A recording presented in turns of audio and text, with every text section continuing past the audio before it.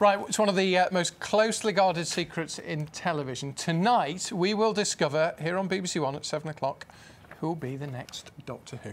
He will be the 12th actor to play the Time Lord, and he will take over from Matt Smith after this year's Christmas special. Here's a look at who the bookies think are the main contenders.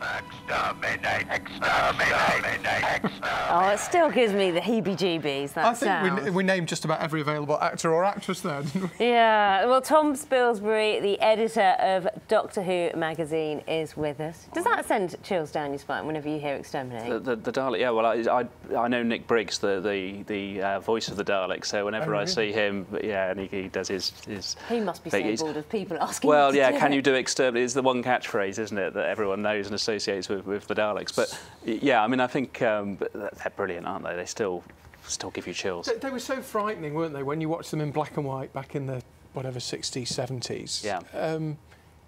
Well, they've barely changed. I mean, I was saying this earlier that I mean, you know, they've sort of been beefed up a bit and look a bit more sort of bling now. But it's, you know, the basic idea of just having a sort of sink plunger and a gun. I'm glad you called it that, because I've been told. Well, it is. It literally was a sink plunger on the original thing. Now that is a real radar gun or whatever. No, that's real. Yeah, that'll do you some damage. Let's talk about change of the Doctor. Yes. Because obviously this is the big moment we're building up to this evening. Yeah.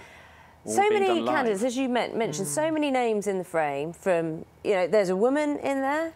Yeah, well, I mean, it's interesting that you know, the bookies will you know, obviously give you the odds on the people that the people are bettering on. So I think it's nice to see that there's so many really brilliant actors in there. And perhaps the actual person who's going to be successful wasn't in that list. Yeah, I mean, we don't know. I mean, I don't know whether last time around Matt Smith was particularly one that people were thinking of. You know, he hadn't really, I mean, he was a brilliant actor, but hadn't really done so many things that people would have known him from before. So maybe it'll be someone brand new. Peter Capaldi is the one who is the bookies' favourite. They did briefly, I think at one point, stop taking bets on him. In fact, that's him there. Yeah. And he was in the thick of it as a spin doctor. Olivia Colman is an interesting one as well, because brilliant actress, yeah, fantastic. She was wonderful in Broadchurch. Could it be a woman this time? It could be. It could be. I mean, I can be honest about this because I don't actually know who the new Doctor is. I suspect that it probably will be a man. I'm going to say that, but it may not be. And I wouldn't be surprised to see that a woman take the part at some point in the future. I don't know whether that's the direction they're going to go in this time, but well, the assistants have played much more of a role, I think, in recent series as well. They've been kind of much more significant. Their character lines have been followed. The big reveal is this evening. And it's not just to the UK as well. Doctor Who has travelled. It's going to be broadcast, I think, in America at the same time. So that'll be, what, about 2 in the afternoon in America, and I think in Australia as well. So 6 in the morning or whatever the time is. It's going to be quite a sort of global thing. And I gather that it's going to be such an interest. Yeah, I mean, I think it's something that has gone global, particularly in recent years. But it's so. You sound like a cliche saying this, but it's so beautifully British, isn't it? There's this kind of great sort of tradition we have. People look forward to the new. I was saying it's a bit like the royal baby for sci-fi fans, isn't it? You know, is it going to be a boy or a girl? Is it? But you know, the Christmas we'll get the coronation, I suppose, when they actually appear. I suppose once they've announced a boy or a girl. Has Doctor Who changed? I mean, we were talking earlier, you, like me, probably grew up with Tom Baker. Yeah. He's kind of perhaps the one you identify with as the one that you grew up with. You said Sylvester McCoy. Yeah. Has it got darker, or is it just me, or has it got more gritty Doctor Who, or is it still just as frightening? I think one of Doctor Who's great sort of secrets to its success is that it can combine all those things. You know, that it can be gritty. You know, when Christopher Eccleston came back and he had that sort of great scene with the Dalek, and he's sort of, you know, saying that, you know, I destroyed your race and all of that. That was really sort of good, gritty, dramatic stuff. But at the same time, you know, you've got, you know, Matt Smith sticks a fez on his head, and you know, all the stuff about bow ties.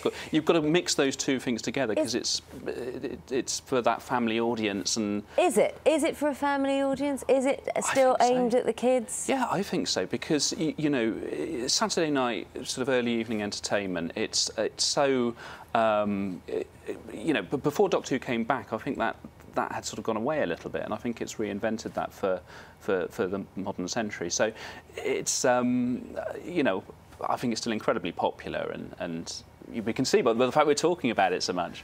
I don't want to spoil it, but it is a sink plunger, isn't it, on the end of the Dalek? Look at that. Stop it.